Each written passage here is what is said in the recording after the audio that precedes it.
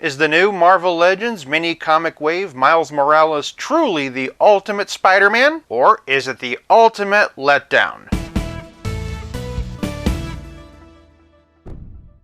Welcome to 5 Points of Articulation. Starting with the packaging, and I don't hate it. As blister cards go, this one feels like a real celebration of the character, and that's really something I like seeing. Without being a window box, the aesthetics still feel Marvel Legends-y, but spotlighting the comic book takes up so much space, and I can't help but feel like this quadrant would have been better served with more character-specific artwork. Flipping around back, and I do like what they've done here. We see all the other available characters, along with their corresponding comics, with this one blown up, and a little bio. For those searching for their ultimate Spider-Man in-store, here's the UPC. For packaging, I'm giving Miles 4 points. Moving on to presentation, and I have good news and bad news. Disney has extended Hasbro's contract, meaning that we're going to be getting Marvel Legends figures for years to come. That news is either good or bad, depending on how you feel about it, but for me it's good news because that means Hasbro's going to have more opportunities to make Miles Morales figures in the future, because frankly, the more time I spend with this figure, the more let down I am. First things first though, and this Spidey stands at 5¼ inches, or 13½ centimeters, and while boasting lots of new parts, has a surprising amount of reuse. In that combination lies the tragedy. The torso is completely new and features updated engineering. This gives him butterfly joints, a diaphragm, an upside down ab crunch, and drop down hips. Obviously that's more of a conversation for Poseability, but I do think it's worth pointing out. After all, this has been our standard bearer for years. Heck, they just used it this year for Spider-Boy. So being able to get these new joints onto a body this small is really impressive for Hasbro. From an engineering standpoint though, the problem are all the other parts surrounding it. Looking at the arms and legs, and the proportions are just all off. The arms feel a bit too long, and the calves feel a bit short compared to the thighs. That's because those parts are mostly reuse. They're reused from Spider-Boy, who has a longer torso that helps to balance them out. That said, the calves have been retooled, and as you can see, the new ones are way too short. As such, the proportions are just all over the place. The biggest offender, however, has got to be these extra wide birthing hips. Even on Spider-Boy they stick out a bit, but with this narrower torso it draws even more attention to itself. I'm just saying, Miles Morales shouldn't have a better hourglass figure than Spider-Gwen. Shakir would look at these hips and say, okay, maybe mine lie a little. To the figure's credit, I will say that it's been painted mostly well, but even there I'm kind of frustrated. I get that the legs on Miles' Spider are a little bit long, but why couldn't they have just raised the whole thing up? The original figure managed to keep the entire logo in the upper torso, but this way it's all split up. Some of you might think I'm making too big of a deal out of that, and I do get it, but tell me how you'd feel if they made a Superman figure where the diaphragm cut across the bottom of his logo. Chances are you'd agree that would be unacceptable. For me, it's the same difference. Again, especially with all that dead space higher on his chest. Flipping him around back though, and I am happy with how they did the spider back there. That one is situated neatly between the butterfly joints, so no worries about that one being broken up. Also in the plus column are these very crisply painted bright red webs. Lastly, and I have mixed feelings about the head. In a general sense, I do think it's a well-made sculpture. The paint is nice and there's lots of personality, and I definitely do see Miles in there. Even small details like the texturing of the hair is a really nice touch. But at this point in the story, Miles is in his early teens. Well, I'm pretty sure this college graduate just opened his first Roth IRA. Again, objectively, I think it's a well-made action figure head. I just think it lacks Miles' youthfulness from his earliest appearances. And last I checked, that was the whole point. Capitalizing on the articulation to hide all those ugly proportions helps. Even so, for presentation, I'm giving this Miles 2 points. Moving on to Poseability, and despite my issues with what the figure looks like, I'm still excited to try out some of this new engineering. From the top, Miles' head is on a ball joint and a disc swivel. He can look up this high, which is really good. Here he is looking straight ahead, and then he gets this far down. Little bit of tilt, and of course all the way around. Moving down, Miles can raise his arms this high, which is pretty impressive. He also gets complete rotation at the shoulder, and once again forward and back with butterflies. Using those butterflies, he can bend in this far, and bend back this far. He's also got bicep swivel, as well as pinless double jointed elbow with a pretty deep bend, and wrists that can swivel and hinge. Moving to the middle, and once again Miles has that combination diaphragm joint upside down ab crunch. In combination with both, then he can arch back this far, which which is just spectacular. Here he is standing straight, and just look at that hunch forward. He's also got side-to-side tilt and a very natural twist. As usual with Hasbro, and Miles has ball-jointed hips, and once again those have drop-down hinges. Altogether, and he can kick this high, which I am very happy with, and he can kick his leg back this far without jutting it out to the side. And on that note, this is how deeply he can split with both feet still firmly on the floor. Working our way down the leg, and Spidey has thigh cut, pinless, double-jointed knee with a more than serviceable bend, boot cut rotation, and ankles that can hinge, and like the mantle of Spider-Man from Peter Parker to Miles Morales,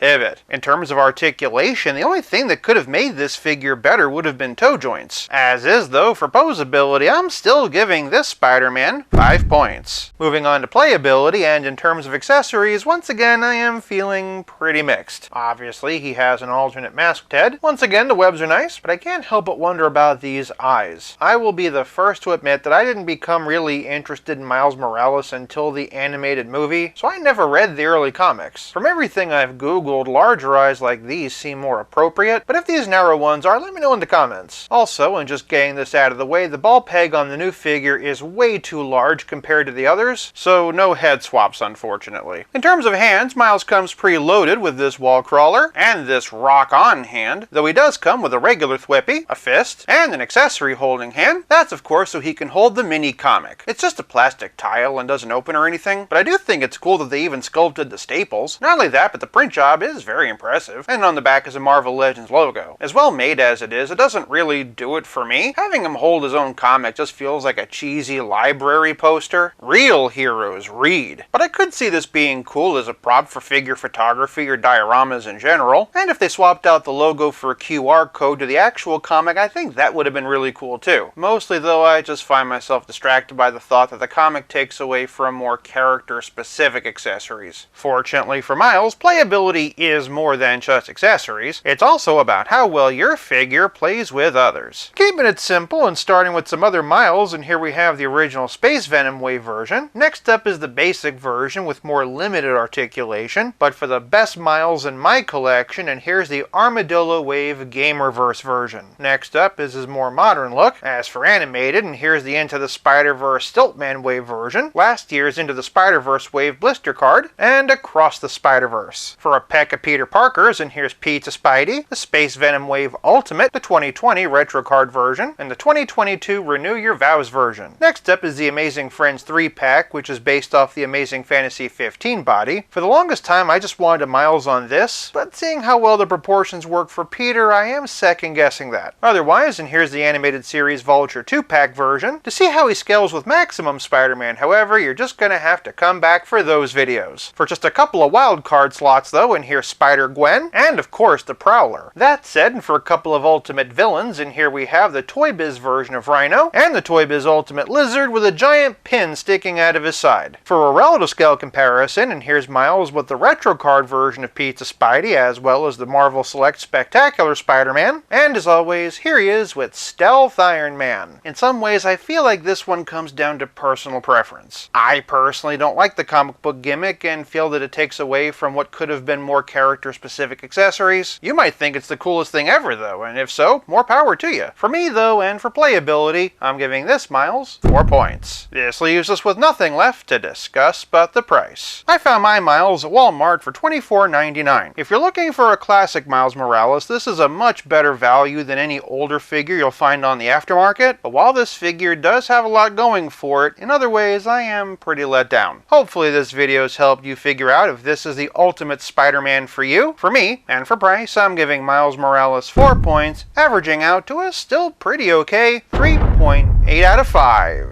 My next Spider-Man video kicks off a multi-part deep dive into the new Maximum version. Make sure you're subscribed so you don't miss it. And for those who missed out, I'm even doing a giveaway. If you like this video, check out one of these. Thank you so much for watching. I'll be back again real soon, but until then, play nice and have fun.